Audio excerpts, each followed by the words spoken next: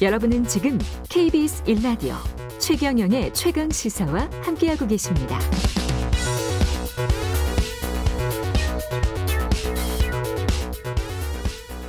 네, 이어서 조은희 예비후보 들어오셨습니다. 안녕하십니까? 예. 안녕하십니까? 예. 두 번째 뵙죠? 네. 저랑. 예. 네. 오세훈 나경원 후보에게 약간 좀 승기를 빼앗긴 것 같다. 이런 초반에는 다크호스로 떠오르는 어떤 느낌이었는데 중반에 가면서 어떻게 보세요? 지금 상황을? 저는 이제 희망이 보인다. 드디어 희망이 보인다. 이렇게 생각하고 오히려? 있습니다. 네. 예. 그동안 이게 인기 투표처럼 인지도가 높은 분들 중심으로 됐는데 이제 토론이 시작되면서 토론이 조금 일찍 시작됐으면 얼마나 좋을까. 또 이런 생각을 하면서 그래도 TV 중계하는 토론이 4번이나 있습니다. 그래서 그때 반짝반짝 빛나는 제 진가를 보이겠다. 그렇게 생각하고 있습니다. 오늘 두 번째 1대1 토론 하잖아요. 네. 나경원 후보랑 이제 네, 맞대결을 네. 하시는데 어떻게 하실 예정이세요? 저는 나경원 후보가 독하게 섬세하게. 섬세하게. 네. 예. 근데 독하게 해서 어떻게 서울 시민의 마음을 얻는 건지 그 그 부분을 정책적으로 제대로 파고들겠다 이런 말씀을 드립니다. 조 후보님은 어떻게 서울 시민의 마음을 얻으실 거예요? 저는 일 잘하는 참신한 새 일꾼입니다. 예, 그래서 행정 경험이 풍부하고 예. 또 횡단보도 이 그늘막을 만든 그 정성으로 예. 또 재산세 반값을 밀어붙인 그 뚝심으로 서울 시민의 삶을 챙기겠다. 그리고 서울시장이라는 직은 대선으로 가는 징검다리도 아니고 예. 당 대표로 가는 징검다리도 아니다. 그런 분이 서울시장이 되면 서울시정은 그 다음 날로 정치판, 난장판이 된다. 저처럼 일 잘하는 행정가. 야무진 일꾼이 일머리도 있고 정치머리도 있는 일꾼이 예. 일 잘하면 서울 시민의 마음을 얻어서 그게 바로 대선 승리를 하는 발판이 될 거다. 이게 저희 강점이다. 이렇게 말씀드립니다. 부동산 문제로 다 지금 집중이 돼 있습니다. 공약이. 그래서 방금 출연했던 나경원 후보 같은 경우는 10년 동안 70만 가구. 지금 조은희 후보 같은 경우는 재개발로 35만 가구, 재건축으로 20만 가구, 65만 가구. 5년 동안 65만 가구. 5년 동안 65만 네, 가구. 그럼 더 많네요. 저는 나 후보님 공약이 좀 이해가 되지 않는 게요. 예. 10년 동안 70만 가구면 예. 5년 동안 35만 가구거든요. 예. 그런데 박원순 전 시장이 5년 동안 38만 가구를 공급을 했거든요. 그러니까 박 시장보다 적게 하겠다는 거냐. 그런 계산이 계산이 어떻게 나오나요? 나왔냐. 예. 이런 생각을 오늘 토론회 때 집중적으로 물어볼 겁니다. 그렇군요. 청기를 누설했나요? 제가. 아니 또 답변을 잘 하시겠죠. 65만 가구는 근데 어떻게 나온 겁니까? 이 숫자는? 근데 예. 말씀드렸다시피 박원순 전 시장이 그냥 공급을 억제도 예. 지금 5년에 38만 가구가 예. 됐는데 저는 박 시장보다 5만 가구 더 공급하겠다. 그것은 문재인 정부 부동산 정책과 거꾸로만 하면 된다. 거꾸로만 하면 된다. 일단 규제를 풀었다. 예. 이제 재건축 과정에 아주 스피디하게 하고 또 35층 규제를 풀고 또 그래서 인센티브를 공공기여금으로 받아서 재건축 재개발이 안 되는 곳에 또 서민들이 쫓겨나는 이 재건축에 지원을 해줘서 쫓겨나지 않는 착한 재개발, 또 뉴타운을 조금 쪼개서 미니 뉴타운 해서 그 사업성이 안 나는 부분을 보완해준다. 그렇게 하면 65만 호가 공급이 되고 그중에서 특히 다들 서울시에 부지가 없다는데요. 제가 보기엔 20만 평 정도가 있습니다. 예. 거기에 청년들에게 월세로 전전해서 쫓겨나지 않고 내 집을 갖게 하는 청년 내집주택 10만 호를 짓겠다. 그렇게 하면 65만 호가 딱 떨어집니다. 재건축 재개발 규제를 완화하면 아파트가가 폭등할 것이다. 이런 반론이 있을 수밖에 없는데. 저는 그 반론 말 안 된다고 생각합니다. 말이 안 된다? 네, 왜냐? 문재인 정권이 지금 정권 내내 강남 집값 잡겠다고 했는데 그래서 옥죄 놨잖아요. 공급을 안 하고. 그런데 결과는 어떻게 됐습니까? 부동산 폭등이잖아요. 강남 집값, 서울 집값, 전국의 집값을 폭등시키고 세금 고통에 지금 시달리게 하고 있잖아요. 그래서 그것은 절대 예측 가능하게, 공급이 예측 가능하면 거품이 빠져서 오히려 집값이 폭등하지도 폭락하지도 않고 안정된다. 이런 말씀을 확실하게 드립니다. 근데 이제 부동산 문제, 가격 문제가 무슨 공급 하나 그 요인만으로 결정되는 게 아니고 사실은 거시경제로 보면 이자라는 측면이 있고 이자율이 가장 큰 영향을 미치죠. 네. 예. 근데 이제 지금 같은 저금리 상황에서 규제 완화까지 해버리면 그러면 투자 수익을 바라보고 들어가는 어떤 투자 수요 또는 투기 수요 이게 있을 수밖에 없거든요. 네, 그 말씀을 제가 완전히 아니다 하고 말씀드리는 건 아니고요. 예.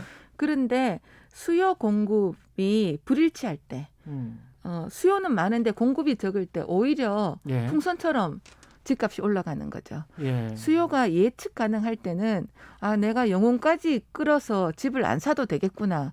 그런 거품 수요가 줄어드니까 부동산 가격이 오히려 안정될 수 있고 심리 안정을 시킬 수 네, 있다. 네. 그다음에 또 지금 공급수로 그렇고요. 예. 그다음에 세금의 문제가 세금? 지금은 예. 가지고 있으면 보유세 폭탄, 예. 또 그리 좀 팔려고 하면 양도세 폭탄. 그래서 다른 아이가 초등학교 가면 이제 초등학교 근처로 옮겨서 이사 가려고 하면 취득세 폭탄이에요. 그런 세금의 구조를 조금 완화시켜주면 집을 내놓는 사람들이 또 많다고요. 그렇게 되면 전체 수급 불균형과 안정이 온다. 그래서 문재인 정부의 부동산 정책가 꼭 거꾸로만 하면 된다. 근데 지금 말씀하신 것처럼 실제로도 뭐 구청장으로 계시는 서초구에서 9억 원 이하 이거는 공시가죠. 네, 네. 9억 원 이하 1주택자 재산세 감면을 추진했었습니다만 이제 결과적으로 불발을 했었고 지금 말씀하시는 것처럼 세금을 완화한다면 결과적으로는 가진 사람 집가진자 그다음에 이제 공시가 9억 원이라는 것도 뭐 실제 액수는 12억, 13억 정도 될 겁니다. 시가는. 네.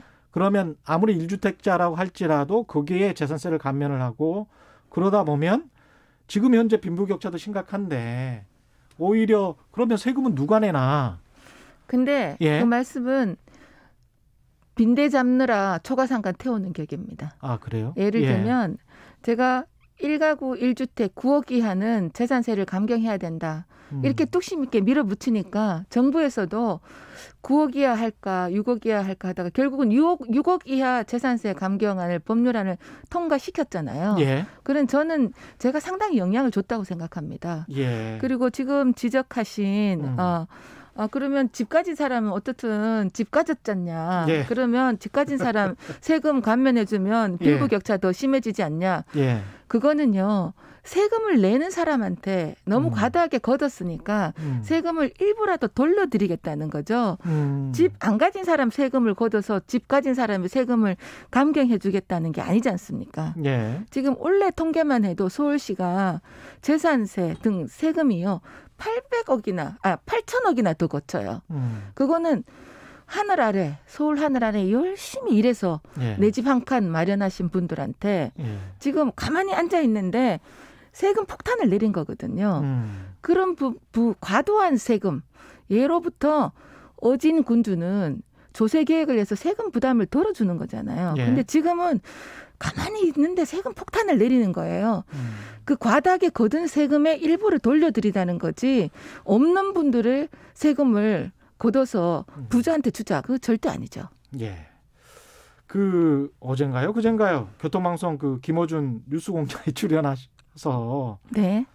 교통방송을 정권 나팔수가 아니라 시민의 나팔수로 하겠다. 뭐 이 정도만 말씀하셨으면 좋았을 것 같은데 그 편성에 관련된 것까지 막 그거 아닙니다. 하면서 사실이 왜곡됐습니다. 예, 네. 방송법을 위협하는 거 아닌가? 예, 언론 자유를 위협하는 거 아닌가? 그런 어떤 비판의 목소리도 나오고 있습니다. 저는 예, 그때 교통방송이 예, 정권의 나팔수가 아니고 시민의 나팔수가 돼야 된다. 예, 그러니까 김호준 씨가 저에게 그러면 저 그만둬야 됩니까? 이러시더라고요. 예, 아니 교통방송에 그만둘 수도 있고 안 둘 수도 있다. 왜냐? 교통방송의 정치방송을 다 없애면 예. 김어준 씨는 당연히 그만둬야 되는 거죠. 교통방송이 아니 TBS에 TBS가 정치 프로그램을 다 없애면 예. 당연히 정치 프로그램 하시는 분들은 없어야 되죠. 예. 근데 교통방송 TBS가 정치 프로그램을 계속 하게 되면 균형추를 잡아야 된다. 균형추를 잡아야 된다. 네. 그러면 김어준 씨처럼 문재인 대통령을 강력하게 지지하시는 분도 있으면 균형을 잡는 서정욱 변호사 보수죠. 예. 그런데 진중권 진중권 서민 이런 분들은 진보 진영에 있다가 예. 중도에 있는 분이에요.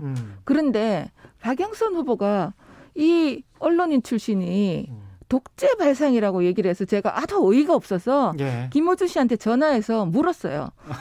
그랬더니 김어준 씨가 또 전화해서 물었어요? 네네. 예, 예. 김어준 씨가 어떻게 얘기한지 아세요? 예, 뭐라고 아니 했습니까? 조 후보님 입장에서 할 말 다 하셨는데 예.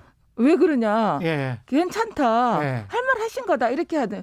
김어준 씨는 대인배로 넘어갔는데 왜 네. 박영선 후보가 독재 운운하느냐고요. 독재 운운하느냐? 네, 저는 예. 규정추를 잡자는 얘기를 했는데 예. 그래서 참 그분 지금 조급하다. 아. 왜냐? 옛날에는 친문이 아니었어요. 예. 또 비노무현이었어요. 예. 근데 지금 후보가 되려니 친문들의 마음이 돌아설까 봐 예. 지금 친문한테 아부하는 거냐? 왜 이렇게 오버하느냐? 이런 생각을 제가 하고 있습니다. 근데 그것도 그거지만 사실은 바로 이전 정권 때 이명박 박근혜 정부 때 그 실제로 이제 KBS에도 그 당시에 수석이 전화를 해서 뭐 대국적으로 도와달라, 크게 도와달라 그렇게 전화를 하고 그게 이제 실제로 방송법을 어겼기 때문에 그런 어떤 전력이 있는 정당의 예비 후보가 TBS에서 그런 말을 하니까 자라보고 놀란 가슴, 예? 소뚜껑 보고 저는 놀란다고. 그 프레임 씌우기라고 생각합니다. 예. 제가 공정하게 하자고 한 것뿐인데 김어준 씨 보고 나가라고 한 것도 아니고 그런데 그걸 프레임 씌워가지고 예. 독재 정권 운운하는 거에 예. 저는 그 발상이 정말 촌스럽다. 이렇게 촌스럽다. 생각합니다. 네. 예. 예, 마지막으로 한 1분 정도 남았습니다. 나경원도 오세훈도 오신환도 아닌 조은희가 국민의힘 후보가 돼야 되는 이유, 본선 경쟁력, 강점 네. 말씀해 주십시오. 예. 저는 이번 서울시장 선거만은 정치인 출신은 안 된다고 생각합니다. 정치인 출신은 안 된다. 저처럼 예. 정치 머리 있고 일머리 있는 사람이 돼야 된다. 일머리 있는 사람이 돼야 네, 된다. 예. 왜냐하면 서울시장이 대권 노름하느라고 지금 서울 시민의 삶이 굉장히 어려워졌는데 예. 서울시장이라는 자리가 당 대표로 가는 징검다리도 아니고 대선으로 가는 징검다리도 아니다. 오로지 서울 시민의 삶을 챙기는 문제 해결 능력이 있는 저 조은희가 답이다. 고맙습니다. 네. 예, 조은희 국민의힘 서울시장 예비후보였습니다. 고맙습니다. 감사합니다. 좋은 하루 되십시오. 예.